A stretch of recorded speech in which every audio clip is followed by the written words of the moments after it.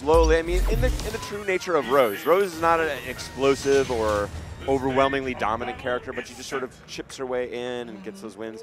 That's been Luffy's, I think, career in Street Fighter. He's been immediately recognized as a strong player. I think every year gets a little bit stronger, closer, stronger, closer.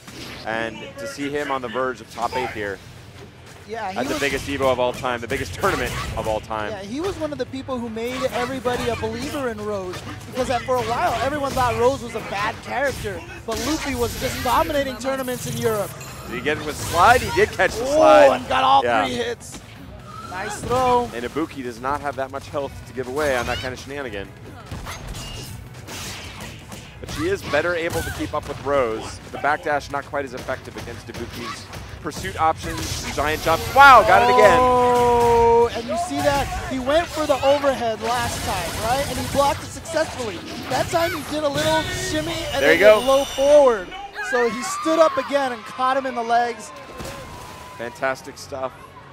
And Luffy being really put to the test, not just of his own Rose skills in familiar matchups, but perhaps somewhat less familiar matches. Again, Ibuki, I don't think anybody outside of possibly Sako was expected to make it this deep with Ibuki. It's interesting. I've noticed Bugera has been willing to use the EX kunai a lot, just to help him get in and gain position. It's like, it's more, I feel like he's been using it almost as a pace breaker. Yeah. Like just sort of, you know, he knows he's not going to get a lot off it, but just sort of get off me, let me recharge and think about it. And yeah, EX meter not critical to Ibuki's game. It's Bugera, not Fugera, right? We will see. Yeah, because it was the Pug era, right? So. Yeah. Nice, got right under that kunai. Sliding in. Punches where the sun don't shine. Okay, good block again. I mean, it is a slow overhead. One of the slowest in the game. Nice completion. And Luffy has blocked it almost every time. Great reactions from Luffy. Slow, but you get to combo off. Yep. That's the trade-off, right? Seems fair. Great pursuit. A little bit of a drop there. And Luffy smelling blood going right in. Oh, yeah.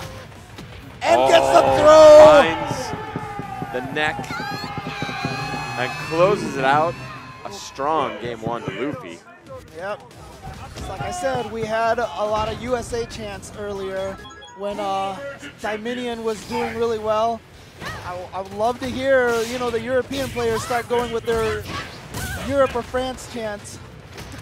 Europe and or France. Yay. Yeah. That's why you're not in charge of chants, James. Highly questionable chants. Well, because I know a lot of guys, like even including Ryan Hart, are probably rooting for him as well. Of course, of course. Oh! That was pretty rad. I gotta say, that just looked cool. Combo exhibition. It was. It's nice. That's how you want your rounds to go with Ibuki. It's just getting enough to, oh, wow. Wake up slide.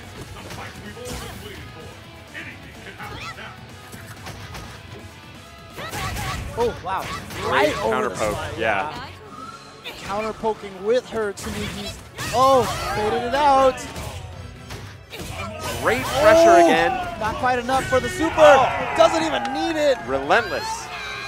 Wow. And again, that technique's so powerful, it cannot be thrown. You show the character in the air. If the character's in the air, they cannot be thrown. And it can't be crouch checked either. And that's what makes it so scary, because it works against both. Exactly. And if you get that counter hit, of course, you're looking at some healthy damage. Did you see that dash chase down from Bugera? Then the cross-up, mix-up. And unfortunately, Luffy has to spend a little bit of meter there, so he doesn't have Soul Spiral in the super anymore. But it's okay. This is Rose's own sort of pace breaker. Yeah. Saying, I'm going to take control back and position for free. Oh. Good counter, and there's the super. Yeah, he got it. He could have comboed into the super. I think it came just as the Soul Spiral. Oh, smart stuff. Yeah. Good challenge. Says, no, I'm not going to open the door for any super comebacks. And Bugera closing it out to take game 2. And it will go to game 3, the final. 1-1. Ooh, not quite a crumple though. Always need that level 2 focus for the crumple. Good block on the cross up. Ooh. Great punish by Ibuki. Oh, just a little out of range for that pursuit. Draws out the Ultra. Will he challenge or will he just back off? Okay, I think that's a smart choice in this situation. Still gets thrown. Yeah. Oh, and that time he gets it. Ooh, drops the link. Yep. Punished by Bugera. Both of them trading slides into backdashes. Goes for the reset, finds it. Now good pressure again. Okay, Rose finds another Ultra. Oh, snuffed. Great set play there by Bugera. Oh, nice. Closes it out, and it's going to be match point Bugera, just like that. Luffy, now I think after a pretty confident game one, has got to be wondering, how did this slip away? What position am I really in here? Doesn't have meter to speak of. Ooh, losing on trades, okay. And it's been so momentum-based every round. Oh, there it is, and he's going to take that. Look at this. We are down to the last round between Luffy and Bugera. Can Luffy maintain this momentum? It is a dead draw. Bugera has been able to make so many great adjustments after Luffy goes on one of those crazy offensive tears. And both of them have been just going for consistent resets, really interesting pressure strings. All right, and he's got him in the corner. Luffy has gotten so much once he's gotten Bugera into the corner with those close stand forward lockdowns. Bugera's shown willingness to do almost anything. This is where Luffy's made his money. He finds it. Right over the dizzy.